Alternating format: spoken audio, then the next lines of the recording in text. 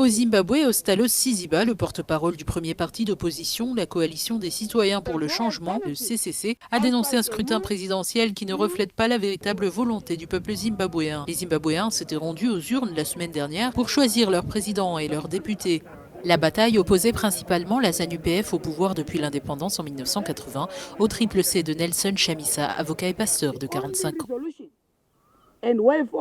La seule résolution et la seule voie à suivre présentée par le CCC pour dissiper tout doute et toute confusion consiste à dire que le Zimbabwe a besoin d'une nouvelle élection juste et transparente pour sortir de la crise actuelle. Emerson Mnangagwa a été réélu avec 52,6% des suffrages exprimés contre 44% en faveur de Chamisa, selon les résultats annoncés samedi par la commission électorale. Mais pour les opposants, Chamisa aurait gagné l'élection et ce décompte serait faussé. Il est clair et non négociable que nous ne pouvons pas nous contenter d'un dirigeant au Zimbabwe qui ne correspond pas à la véritable volonté démocratique du peuple zimbabwéen.